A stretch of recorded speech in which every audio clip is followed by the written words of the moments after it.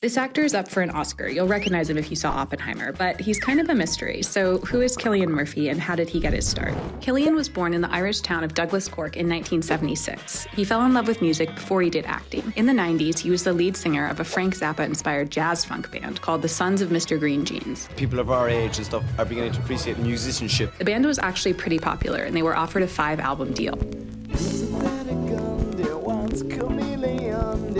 But with urging from his parents to stay in school, Cillian's rock star dreams soon faded. Cillian studied law at university, but he failed his first-year exams, confessing he had no ambitions to do it. Much to his parents' chagrin, another risky ambition was quietly simmering. After he sat down and watched a stage production of A Clockwork Orange, Cillian could see into his future on the stage. After roles in various plays at school, like Little Shop of Horrors, Cillian made his professional stage debut, starring in the first production of Disco Pigs with a renowned Irish theater company. The play was so successful, Cillian locked down representation, dropped out of school, and a long career in film followed. I had done the play Disco Pigs. That was my first ever job.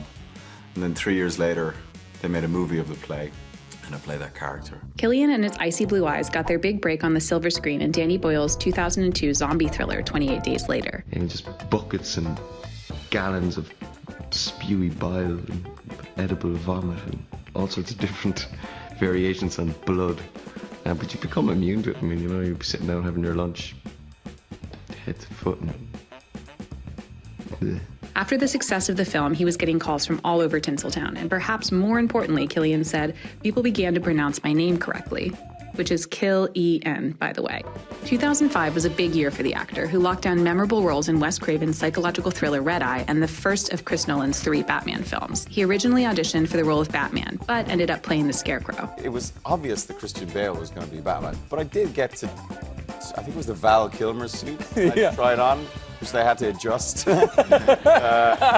slightly. Even though Cillian didn't get to don the bat suit, he did form a cushy relationship with Nolan, who he'd make 5 more films with: The Dark Knight, Inception, The Dark Knight Rises, Dunkirk, and Oppenheimer. While Cillian was making his presence felt on the silver screen, he was also popping up on our TVs as Thomas Shelby in the hit crime drama Peaky Blinders. It's very personal because people can consume it however they choose, you know, in blocks, in seasons, in episodes, and you're beamed into their living room, so I feel like they have some sort of kinship or ownership or whatever that is stronger than a 2-hour performance in a film. While Cillian graces both the big and small screens, you won't find him on social media or that many talk shows.